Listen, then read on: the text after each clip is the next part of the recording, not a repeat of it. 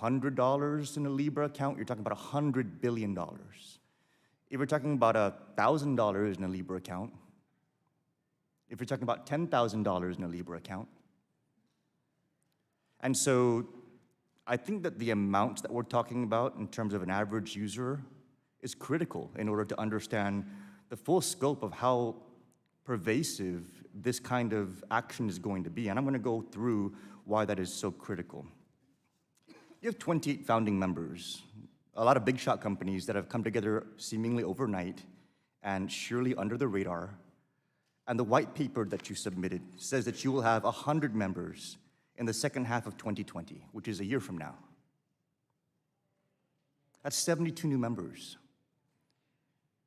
You're going to triple your growth in 1 year. And you guys don't even know what the average Libra wallet is going to hold. We're just going to pretend that that figure is some unknown number, but we're going to bring in 72 new players. Are any of these players Fortune 500 companies? Yes, Congressman. So how are you able to convince Visa and MasterCard and 72 new Fortune 500 companies to sign up for something without even knowing what the average user amount is going to be? Congressman, I want to respectfully say that I'm not hiding anything. I'm here responding truthfully to all the questions with the information I have at this time. Yeah, I mean, that's what you're saying, but sensibly. You know, I think we can all be sensible people. You won't get these huge Fortune 500 companies signing up if they don't understand what they're signing up for. And the reason why this is so critical is because when you have, even Facebook alone in your own post, you said you have 90 million businesses on the Facebook platform that are going to be able to attest to how this is going to be something that's going to be an empowerment for those businesses. And that's just the Facebook platform. We're not talking about the MasterCard platform, the Visa platform, or the platform of these 72 other companies that are all lining up without any kind of idea of how much they're actually going to be getting involved with. And this is so important because we're talking about billions of users and tens or even hundreds of dollars. That's money that's getting sucked out of the US financial system and being put into whatever this cabal is putting together in terms of Libra and Calibra. The USA has less than 5% of the global population and yet 15.28% of the global GDP in dollars. That many users and that many dollars means that the USA is going to be disproportionately affected by Calibra and Libra. And once we impact disproportionately US dollar demand by sucking dollars into Libras, interest rates will have to rise to attract dollar-denominated investors. Higher interest rates will injure the US economy and US jobs. Higher interest rates, perhaps more importantly, will raise the financing cost of funding US military operations and national security. And if that's going to be the case, how do we put a stop to it? Let's say we have hundreds of millions of users in the US, and they've all put in, thousands of their own dollars. How do we put a stop to it once that risk presents itself? Because if that risk presents itself and we can't put a stop to it, what happens then? And if you think that the Congress or the elected leaders are going to be able to put a stop to it, one thing that you need to realize is, when you have hundreds of millions of users in thousands of districts, it's going to be next to impossible politically to do that. I need more time. The gentleman from Georgia, Mr. Loudermilk, is recognized for 5 minutes. Thank you, Madam Chair. Mr. Marcus, thank you for being here. I know it's been a long day. Look, I want to thank you for not only your time being here, but the willingness to look at new ways of doing things. That's been the strength of our country. Look, quite frankly, I don't care for Facebook. It is a nightmare for many of us in this type of position. I don't care for some of the filtering that's done, suppressing some of our posts because of political content, but you're a private business. That's your right to do so. But I do appreciate anyone who challenges the status quo to look for something new and a better way of doing it. We have concerns here. And I think this is actually a platform that we can address those concerns. We can begin a dialogue, and I appreciate that. What you're experiencing right now has been experienced through any innovator throughout our history. The Washington Post in the early 1900s had an article entitled, "Man Will Never Fly and Shouldn't." And it went through all the reasons why we should even stop testing an airplane. especially when you had two bicycle mechanics from Dayton, Ohio, trying to fly when scientists and engineers couldn't. Thomas Edison, there were dozens and dozens of articles written about how the light bulb was a dangerous invention if it was ever accomplished and would be a public health threat, and it should be stopped immediately. Now, all of those ended up being great advancements that rightfully so was regulated by government for those public safety and health benefit reasons that it could be done safely. But the point is, we can't demean these things until we actually look into them. And this is what the dialogue I want to have. I have concerns. I do have concerns, but I think unless I'm willing to express those concerns and I'm willing to actually hear your answers, we're getting nowhere. And so with that, I don't want to use up all my time. One of the big concerns of mine, spending time in the IT industry and data security, is, look, cryptocurrency is used for illicit financing. We know that. Money laundering, terrorism, financing, human trafficking. In fact, it's estimated that criminals used cryptocurrency to steal $1.7 billion from investors just last year. And 56% of that happened here in the United States. The Treasury Secretary, said he's concerned that Libra could be used for these purposes. How can you assure us and the American people that this isn't going to be just another illicit financing tool? Congressman, thank you, and I share this concern, and this is actually something that I care about personally a great deal. I don't want the creation that we're working towards to be used for those types of purposes at all. And we believe that with the appropriate controls, with the proper AML programs, the proper KYC on and off ramps, that we will improve on the current system. There's a lot of illicit activities that are currently happening on our existing financial system, and I actually believe that with the combination of the right technology and ability for law enforcement and regulators to also have a view into some of the movements, that we will improve on the efficacy of AML and counterterrorism funding programs. So some of the pushback we've gotten from law enforcement, I've been an advocate for looking at blockchain for the technology. A lot of folks here have a fear, some justifiable fear of cryptocurrencies. When you remove the stigma of cryptocurrency, I think blockchain is a valid technology we can look at for data security, but we do get a lot of pushback from law enforcement on the use of blockchain. Have you had engagement with law enforcement on this? And if so, what is their thoughts, their concerns, their acceptability? How are you going to do that interface? Congressman, we will continue to engage, notably with FinCEN and the Treasury Department, and notably the department that looks after money laundering and counter-terrorism funding with Undersecretary Mandelker and her team, and also globally with a number of law enforcement and regulators. With the remaining time I have other questions I can submit for the record, but you're basically going to be a global payment system, which is typically regulated, as central banks are done, pretty heavily regulated. Would it be appropriate for FSOC to actually designate Libra as systemically important, as some have said that you will be?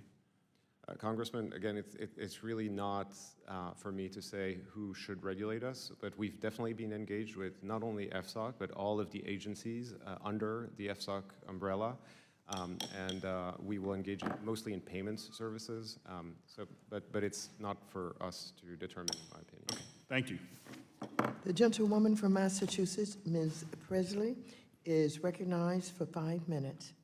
Thank you, Chairwoman Waters. I really do appreciate your continued leadership in returning this committee to its oversight role. And I want to emphasize to you, Mr. Marcus, and to my colleagues on both sides of the aisle, the reason we are here today is oversight, or more accurately, the lack of oversight in this space. The fact that we have arrived this far along in the conversation without any regulatory guardrails to inform the development of this project on its face, just that fact alone is a problem. It is long past time that we stop compromising on consumers' privacy in the pursuit of profit. When consumers' well-being is on the line, echoing the sentiments of the gentleman from Arkansas, we cannot afford to simply trust, but not verify. And so that's what we're here to do today. That is to verify. So, Mr. Marcus, yes or no, since my time is short, are you familiar with the content of Facebook's press release announcing the launch of Libra? I am, Congresswoman. Great. At the end of your press release, there is a disclaimer that states, and I quote, "These forward-looking statements may differ materially from actual results due to a variety of factors and uncertainties, many of which are beyond our control," unquote. In it, you go on to admit that this is all, quote, "based on assumptions that you believe to be reasonable," unquote, as of the date of this press release. Chairwoman, I ask for unanimous consent to submit to the record Facebook's press release announcing the launch of Libra. Without objection, such is the order. So yes or no, would you trust your money with a company that essentially admits it's just winging it? Congresswoman, I don't believe that is the case, and this is why we've shared our white papers and our ideas. Reclaiming my early. time. The disclaimer ends by saying that, quote, "You undertake no obligation to update these statements as a result of new information or future events," unquote. But again, moving on. On the issue of underbanking, which is an issue this committee is very committed to addressing under the leadership of Chairwoman Waters, Representative Beatty was citing your white paper where you identify 1.7 billion people globally who lack access to financial institutions. That is a lot of people. Half of all adults who don't have bank accounts are living in just 7 countries: Bangladesh, China, India, Indonesia, Mexico, Nigeria, and Pakistan. Yes or no, are any of Libra's 27 partner organizations based in these countries? Not at this stage, Congresswoman, but by the time we get to 100 members, we hope to have a more representative slate of the very people that we want to serve. Mr. Marcus, do you believe, as has been claimed, that authentication is the reason many of these people don't have bank accounts? Congresswoman, there are a number of issues, but my understanding is yes, identity is a big Okay, problem, moving and on, cost is an even greater problem. reclaiming my time. So the same World Bank report finds that almost 2/3 of people who don't have bank accounts say it's because they lack enough money to open one. So here's a rapid fire round for you, Mr. Marcus.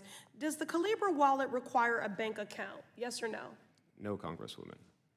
Does the Libra wallet require a smartphone?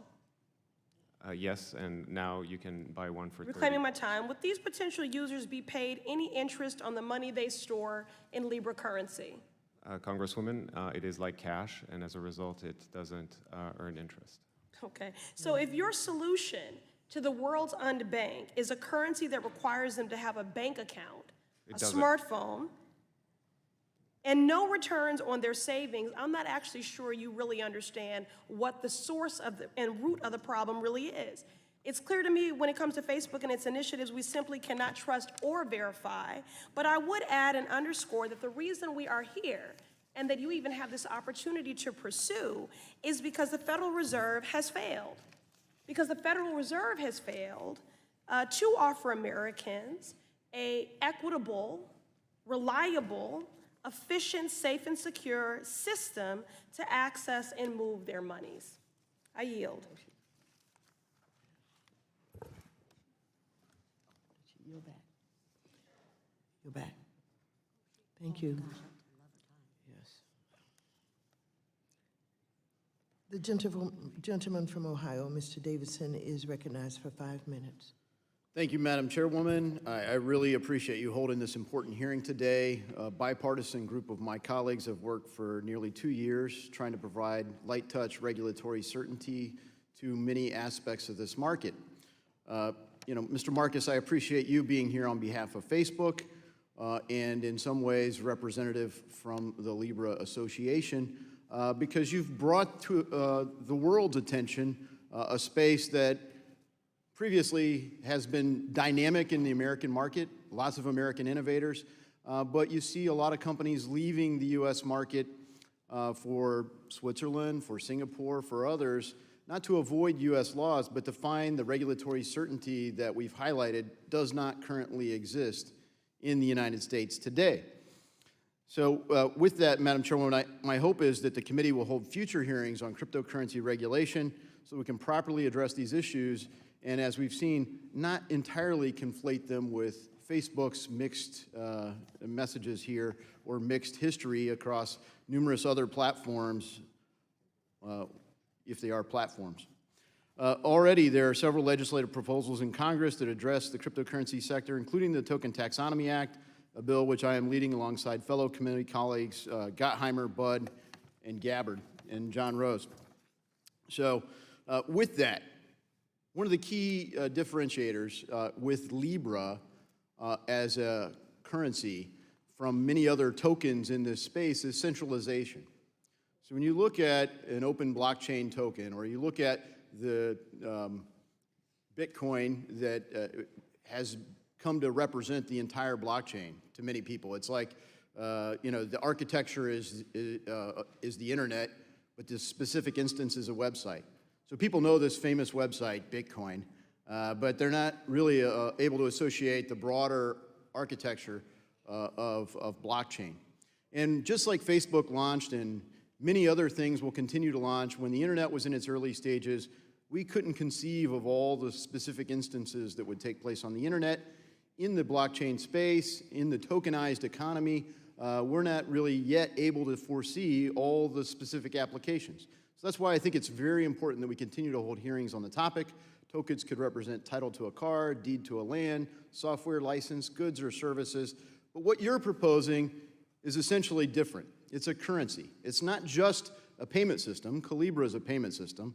But you want to do it in a way that's different with the means of exchange. A store of value that is exchanged in a similar way to currency. Not yet legal tender, not required to be accepted everywhere. But essentially, how's this different than what Christine Lagarde at the International Monetary Fund proposed as a synthetic currency? Congressman, the first big difference is that unlike the SDR that you're referencing, this digital currency will be available to consumers and will be designed as a medium of exchange from the ground up. Yeah, I don't think that's different at all. It's just whether the central banker is the Libra Association or the IMF. So you still have a central banker. If you think of it as a bank in the sense of that, the central authority, the idea that the Libra Association could ever become decentralized, I think gives a lot of people a pause, because you intend to have it pegged to not just a bundle of currencies, but in the white paper, short-term securities. Well, currently under US law, if you're trading in securities as the underlying basis for the asset that you're selling, that's regulated as a security. So why would it not be considered a security? You have a special Facebook clause? No, Congressman, certainly not.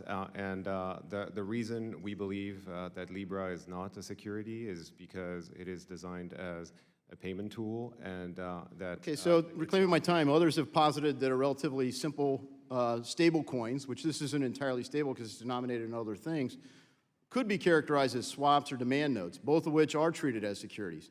The SEC's head of digital assets, Verilis Hispanic, confirmed at a hearing last week that it does not matter that the stablecoin does not have an expectation of profits.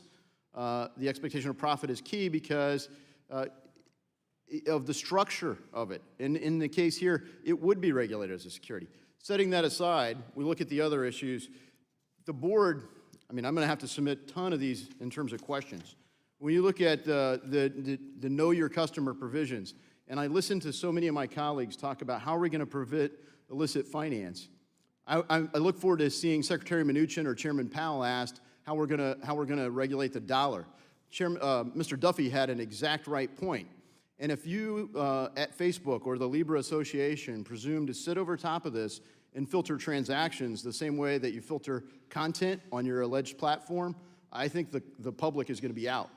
Last, I would say, do you plan to launch this outside the United States if you can't get regulatory certainty in the United States?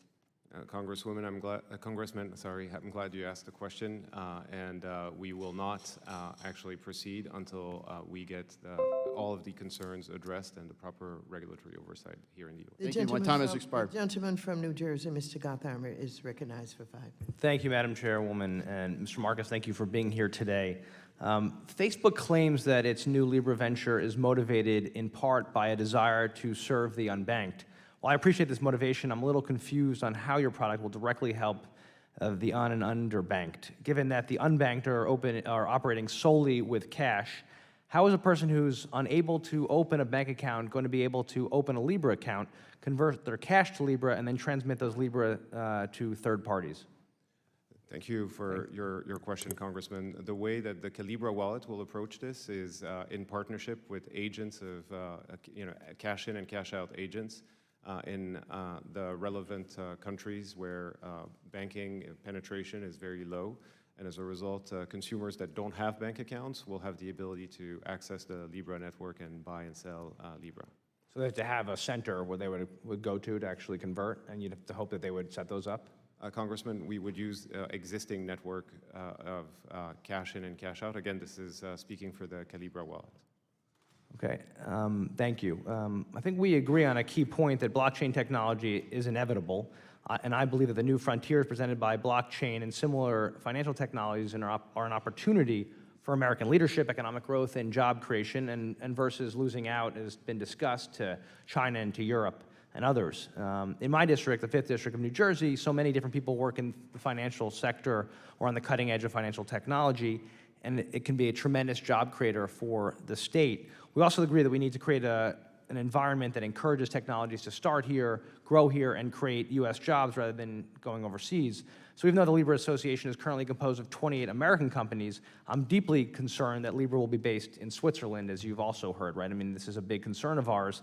And so I think, echoing Mr. Davison and others, would you agree that part of the reason why you made the decision was not to avoid guardrails, but instead to avoid the lack of legislative certainty we have here in the United States?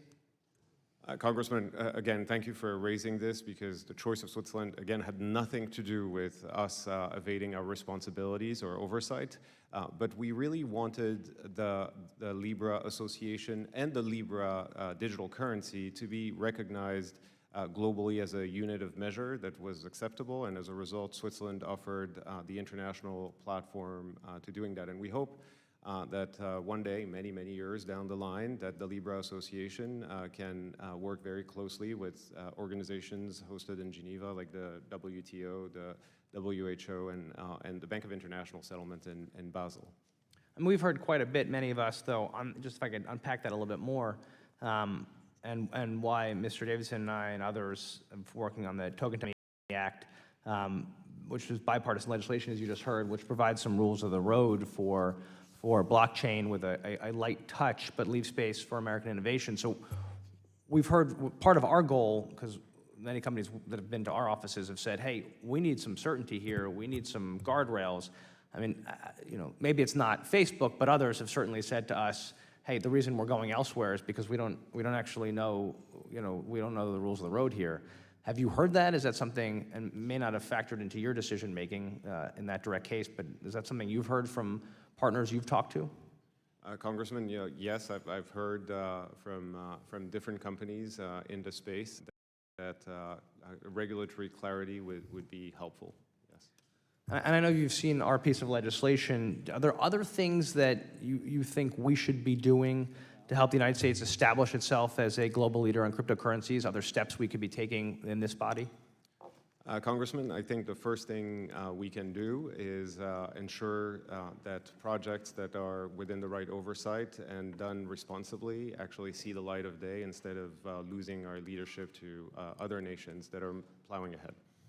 Right, I mean, that is one of our big concerns here is losing that space, but also making sure that our people don't, as you pointed out, don't evade, whether it's on privacy issues or others, evade U.S. jurisdiction just to do that. And I think it's a very big concern, I know, of me and many of my colleagues. And we are very concerned. And this affects a lot of people, and especially, as I pointed out, the unbanked and the underbanked is that I'm worried about as time goes on, and how do we make sure that we don't abandon them in this process. I think it's very, very important as we grow. I yield back. Thank you very much, Madam Chairwoman. Thank you. The gentleman from North Carolina, Mr. Budd, is recognized for 5 minutes. Thank you, Madam Chair. I think it's important that members of this committee be able to differentiate between Libra, which, as I'm understanding it, is not truly cryptocurrency, and then other tokens like Bitcoin before discussing legislation. And I would encourage members to use outside groups like Coin Center, Blockchain Association, Digital Chamber as resources. Those are very helpful, and they provide a lot of clarity. And topics like this require a different sort of regulation. And so the more educated we become, the better. So if America is to remain and continue to grow in being a world leader in financial innovation and technology, then it's vital that this committee not embrace reactionary laws against cryptocurrencies, or even this, Libra.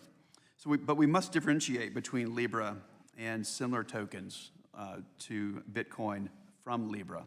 So, Mr. Marcus, I want to talk about the issue of Libra remaining politically neutral. I know this came up yesterday in the Senate, and my colleagues who've gone before me, including Mr. Duffy, Barr, and Davidson, and some others, have raised concerns on this, and I share those same concerns. So in that vein, do you have any guidelines in place at this point in the process on how you will maintain political neutrality on your platform? And if not, will you commit to us today that you will develop guidelines and make those guidelines transparent to the public? It's an important question, Congressman, and there are two parts to this answer. The first is at the Libra Association, and the Libra Association will naturally not have oversight or decision-making around how Libra can be used as long as it's lawful uses. And then the second part is the Calibra wallet, and my commitment to you is that as far as policies comes, we will be very thoughtful, and we will share these with you when we get closer to finalizing the policies that are specific to the Calibra wallet. Thank you. And when you said, you were talking about part one, the Libra Association, to be differentiated from Calibra, you said if it's lawful. So I think Mr. Duffy really pointed this out, that if it's lawful, it should be able to be used, you should be able to use Libra, and not the whims of the ideology of Facebook. My concern is that you're going to let hearings like these where you get hooked or you get nailed on national TV and let that inform decisions about who you do business with, who you don't do business with, similar to financial institutions that have sat right where you did. We trusted Facebook with our data, and they failed. So I'm concerned that without the proper protocols in place, people should pause before trusting Libra with their financial information. And this opinion is based on countless examples of conservative deplatforming in general by big tech. As my colleague, Senator Marsha Blackburn said, tech companies like Google and Facebook need to start embracing the spirit of the First Amendment, not just their own employees. So moving on, and in its published materials, the Libra Association commits to the Libra network transitioning from a permissioned network to a permissionless one. I think that's in 5 years. Is that correct? The stated goal, Congressman, is to start that slow transition 5 years after the launch. So, Mr. Marcus, given that this would require investors in the association to give up all their interest in revenue generated from this created reserve, what incentive would they have to do that?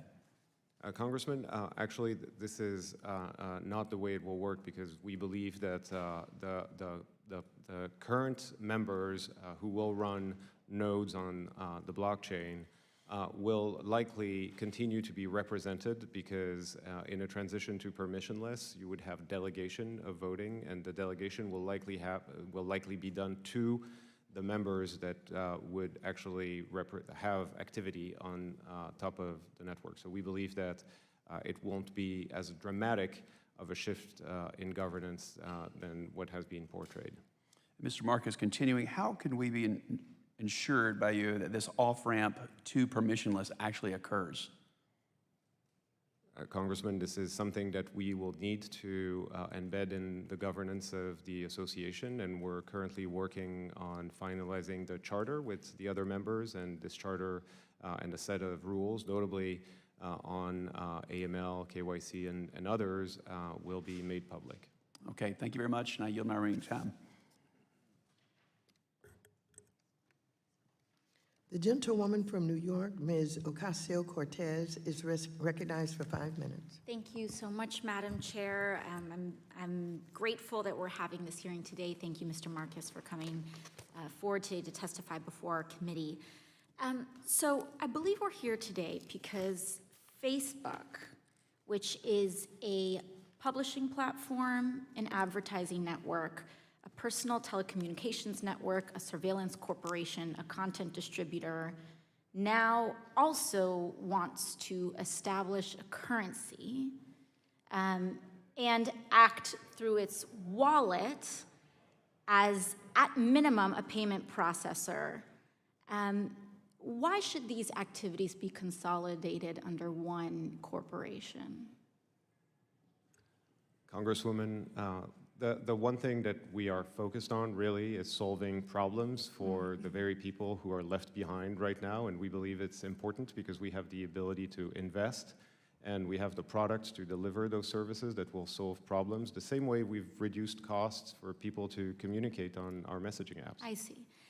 Libra is, according to your white paper, a unit of currency backed by a reserve governed by the Libra Association. Now, to economists, to members of Congress, to accountants, the term backed has a very specific meaning, usually incorporates monetary policy. Yet the Libra white paper does not define backed. Rather, it states that Libra will be, quote, backed by government currency and government securities. So what does backed mean in your sense?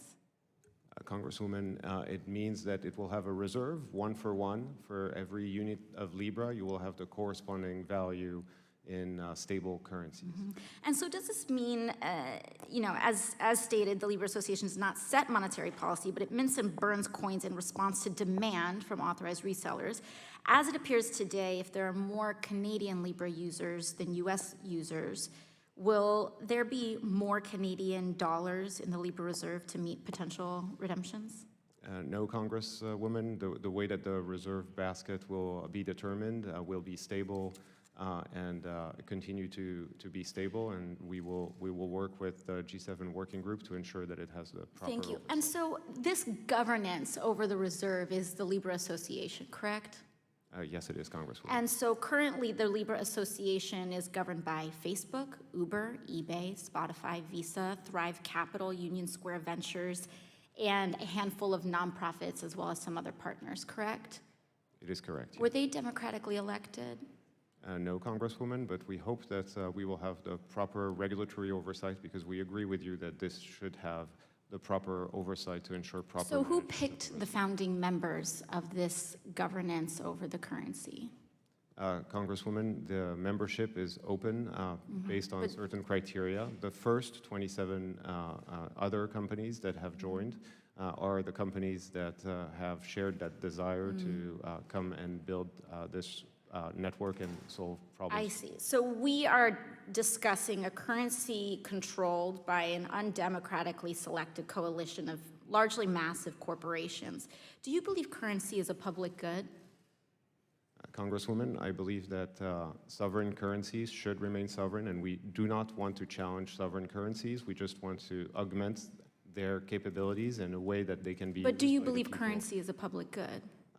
Congresswoman, I believe that sovereign currencies are sovereign, and as a result, they should continue. So do to you be believe a Libra sovereign should be a right. public good? Congresswoman, again, we will work with all of the regulators and address all concerns, and the regulators will All right. determine. I'll take that as a no. I should take that as a no? It is not for me to decide, Congresswoman. Okay, I'll take that as a no. You stated yesterday in front of the Senate committee that you would be open to accepting 100% of your pay in Libra. In the history of this country, there is a term for being paid in a corporate-controlled currency. Do you know what that term is? I do not, Congresswoman. It's called scrip. Are you familiar with scrip? I am not, Congresswoman.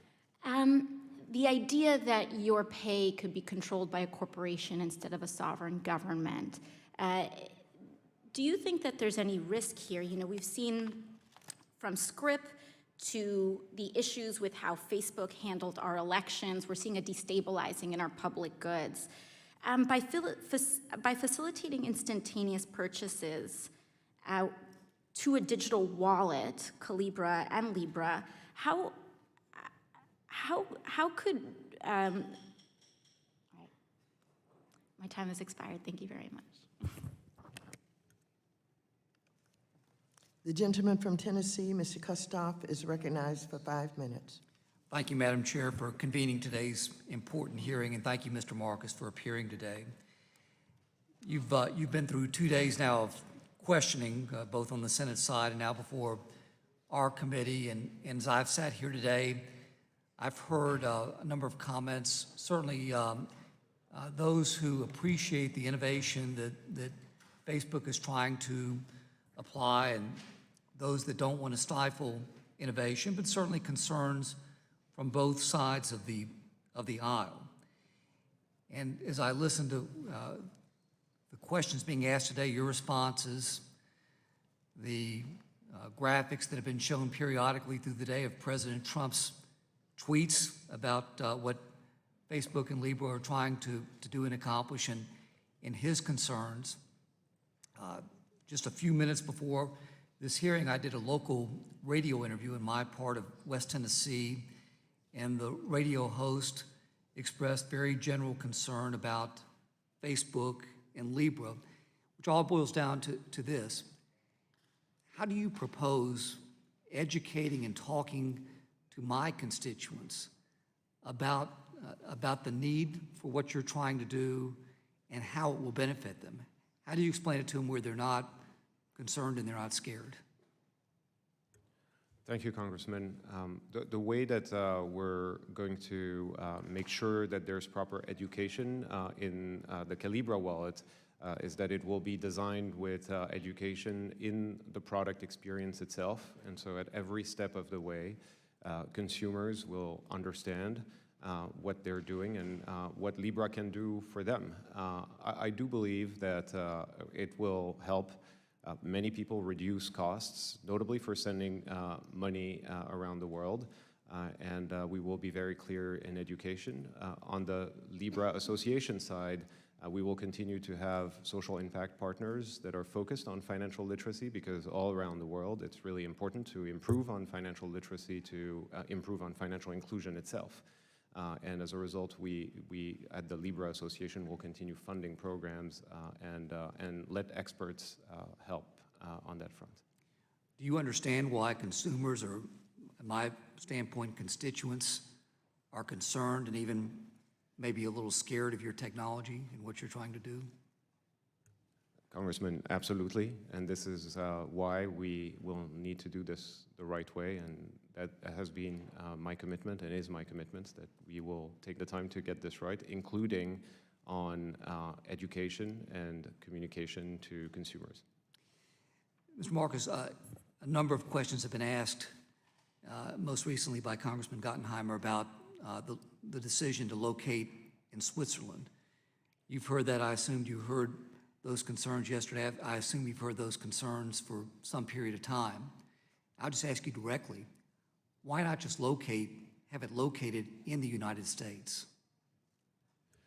Congressman, I want to say that Switzerland has nothing to do about evading our responsibilities or oversight, but we do want the Libra digital currency to be accepted and recognized as a global unit of measure on the internet, and as a result, placing it, homing the association in Switzerland was the right choice, because it is the home of many international recognized, trusted organizations. That being said, I believe that the vast majority of corporations, companies, startups that will benefit from developing and building on the Libra network will be here in the United States and will create jobs here in the United States, and will, of course, be subject to all U.S. law and regulation. Well, Mr. Marcus, I can appreciate that, but isn't it important that Americans trust what you're trying to do, and wouldn't they more likely trust it if it were located in the United States and in some way lightly regulated by American authorities? They probably would, Congressman, although they will have a relationship with American companies, and as a result, they'll have a trust or not of the different wallets that will operate. And that being said, the goal of the Libra digital currency is also to serve a lot of populations that are not in the U.S., and as a result, we felt that the choice of an international home for the Libra Association was the right decision. Last question. You understand why American consumers would be concerned that it's not located in the United States and instead located in Switzerland? Congressman, I think as far as the consumers here in the U.S. are concerned, their funds, if they use an American wallet, will be here, not in Switzerland. Thank you. I yield back. The gentleman from North Carolina, the gentlelady from North Carolina, Ms. Adams, is recognized for 5 minutes. Thank you, Madam Chair, and thank you for convening the hearing, and Mr. Marcus, thank you for coming. Like many of my colleagues, I too have grave concerns about Facebook's entry into the financial services industry, and have gained a little more insight, but I do have some questions. And I want to follow up on Ms. Ocasio-Cortez and ask you to explain a little bit more how a company becomes a member of the Libra Association. Can you just give me a brief answer? I have several I want to ask you. Of course, Congresswoman. So there are sets of criteria that have been established and that are public. And any company or organization meeting these criteria can actually join the association as a member. This is a process that is now being led by the Libra Association. So is the process, is it public? Yes, Congresswoman. Okay. So can a wealthy individual or investor become a member? No, Congresswoman, because the criteria has different buckets. So it's either corporations that are active in delivering services, or companies in the blockchain Right. area. Okay, so let me move on. So consumers can't either then? Congresswoman, all consumers will be able to use Libra. That's not what I asked. So can they become a member of the Libra Association? No, they cannot. No, Congresswoman. All right. So, it costs at least, what, $10 million to become a member of the association? Congresswoman, this is not a cost. Members will have to invest in the ecosystem to ensure that it is properly funded. But that's an entry fee? It is not a fee, Congresswoman. It is an investment in the ecosystem. Okay. Let me circle back on Mr. San Nicolas' line of questioning. Why would any of the companies in the Libra Association make a major investment like this in this payment tool?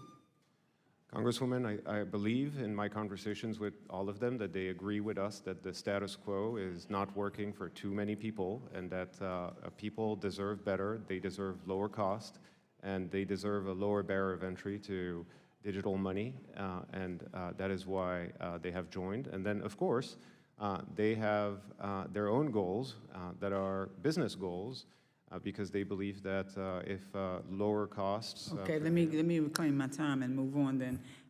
As a free service, Facebook's business model relies primarily on advertising and its marketing platform to make a profit. 2017, 90% of Facebook's $40 billion in revenue came from digital ads and users' data, and that is the core business model. Is that correct? Of Facebook, the Yes. company, Congresswoman, yes, it is. Okay, so you expect us to believe that you're going to start collecting financial data and not share it because you promised not to do that?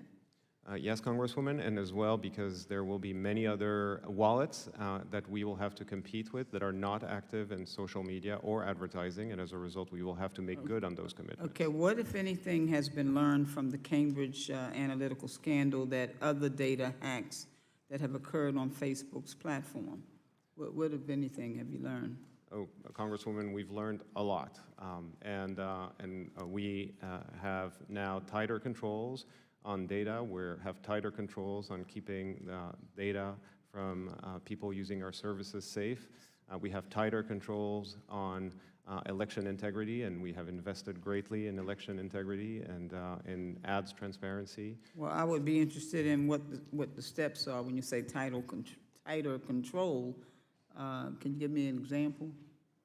Got 45 seconds. Congresswoman, yes, for instance, what happened with Cambridge Analytica, the way the platform was opened back then, is not possible anymore on the Facebook platform today. Okay, so how much has the Facebook invested in the formation of Libra, Calibra, and the Libra investment token that will earn a share of interest? Congresswoman, this investment hasn't happened yet. We're in the phase of ratifying the charter with other members of the association, and then members can decide how much they want to invest, and we will take part in that process like every other member. Thank you, sir. Madam Chair, I yield back. The gentleman from Ohio, Mr. Gonzalez, is recognized for 5 minutes. Thank you, Madam Chair, and thank you, Mr. Marcus, for being here. I'm going to jump right in. So I think what today's discussion is really about is trust and whether we can trust your company. I think you're pretty low on the trust spectrum currently for very good reason. But essentially, what we're talking about on the association side is the governing body of Libra, correct? Yes, Congressman. Okay. And of the members today, how many did you hand select?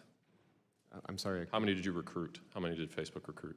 Congressman, we approached a wide range of companies. But how many did you approve of? 100% of them?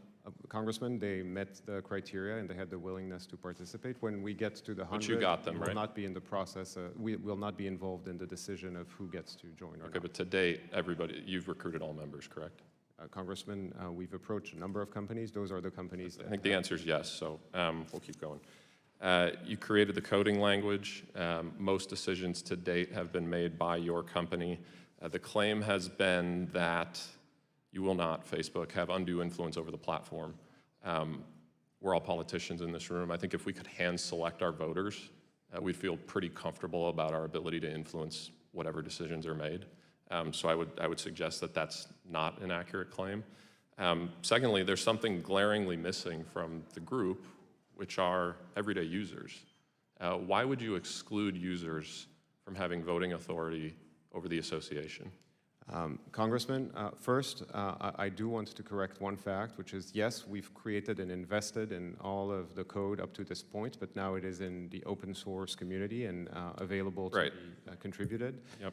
And on the consumer's question, it's because we believe that to meet our regulatory requirements across the association, we need entities that are established, that know how to operate those types of programs, that are trusted. But this is also why we believe that over time it is important to have a transition to giving people more of a voice in. We'll talk about that in a second. Quickly, on the membership side, you have to be able to validate, and you need a $10 million investment. Can a Chinese state-owned enterprise get in? Sorry, I couldn't. Can a Chinese state-owned enterprise get into the membership? Congressman, this is not my decision. It's the Libra Association decision, but there's Which you have undue influence over. There's a key principle, which is that if Libra is not accepted in a certain country or can't be used, I believe that companies for said country shouldn't be part of the. So the answer is maybe. Now I want to talk about how you're actually going to transition, right? So I want to know how you actually do this, because the promise of a permissionless system is the decentralization. It seems like if you're fully decentralized, you wouldn't actually need the Libra Association.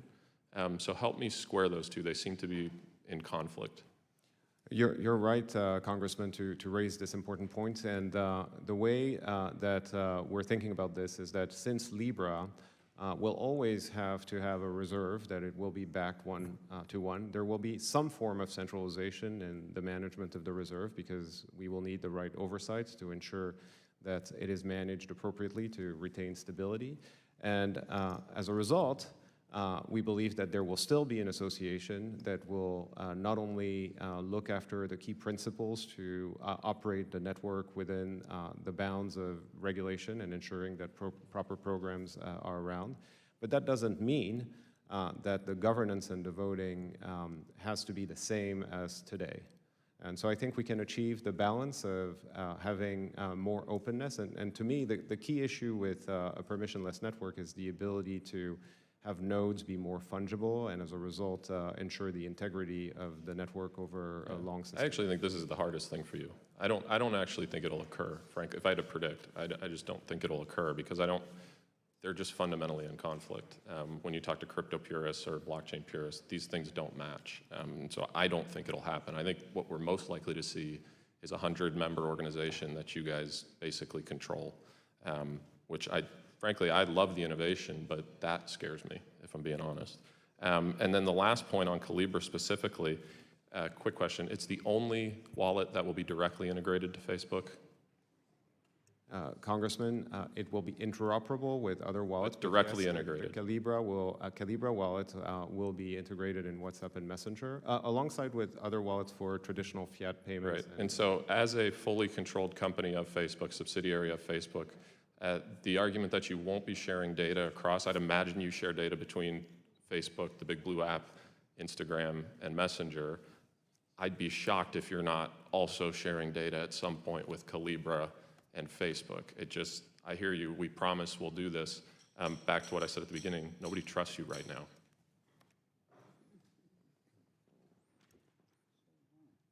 Oh, sorry, I yield back.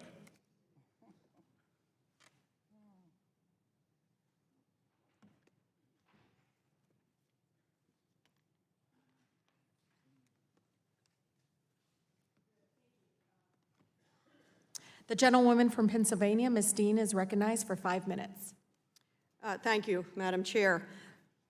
Thank you for being here before us. And what I'd like to do is, with a focus on that notion of trust, number one, say that I was dismayed by your comments that you said we don't need to trust you. I think this was before the Senate. We don't need to trust Facebook because there are 28 other partners, eventually 99 other partners in the association. No, we do need to trust you. We absolutely need to trust you. So before we look forward to the possibility of Libra, why don't we look back and take a look at the record $5 billion recommended fine against Facebook.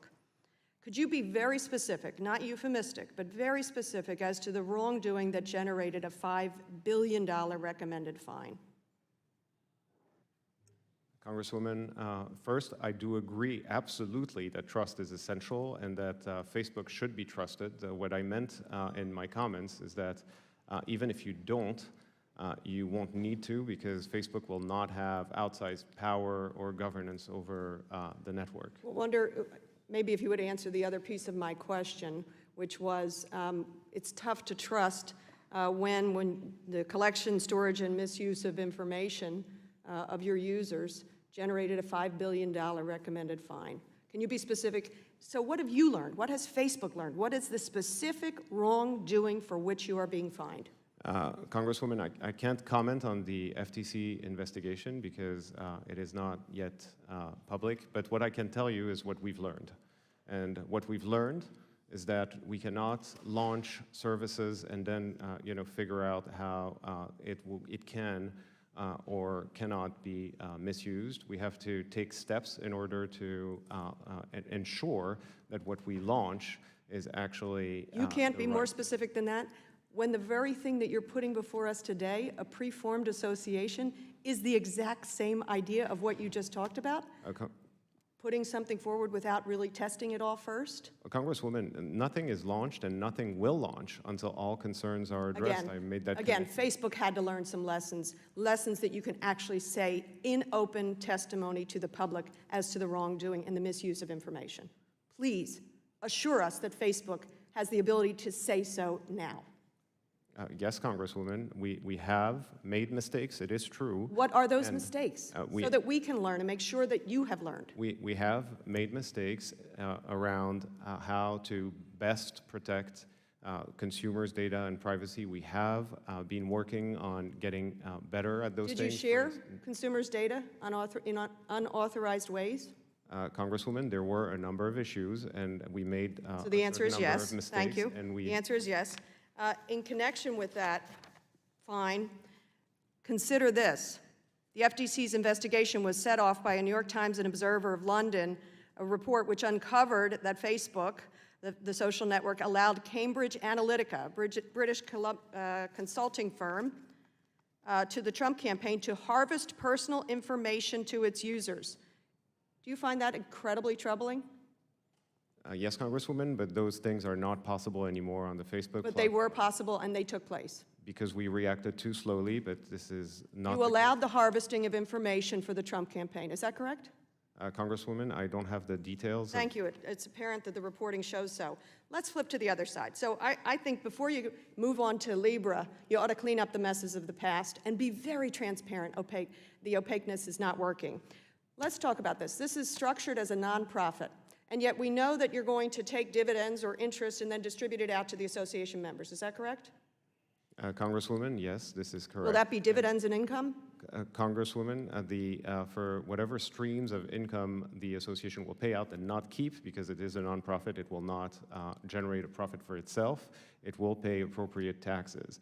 And I do want to say that I completely agree with your statement that this process cannot be opaque. It has to be in the open, and this is exactly why we've shared our plans so openly. And yet you had trouble being transparent about the past, so I do worry about the future.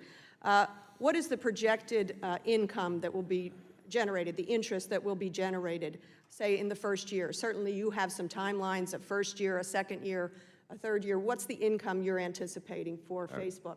Congresswoman, we're not optimizing for that. What we're optimizing for... I don't want to talk about optimizing. Congresswoman... I want to talk really hard facts, numbers that people can dig into, because I don't think the simple example you gave of the young woman trying to send $200 and you guys are just on a mission to help her send money to her mother in a war-torn country really explains why would you want to get into this business. It's got to be for profit. Where is the profit? Congresswoman, we've done that for communications for the very same woman you were describing. Now she can communicate with her family for free using our products. It wasn't the case before those products were I'll available. note you Thank you didn't so answer much. my question. Time's up. The gentleman from Indiana, Mr. Hollingsworth, is recognized for 5 minutes. Hi, good afternoon, Mr. Marcus. I appreciate you being here and investing some time with us and talking about these things. I wondered if you might take a deep breath, take a step back.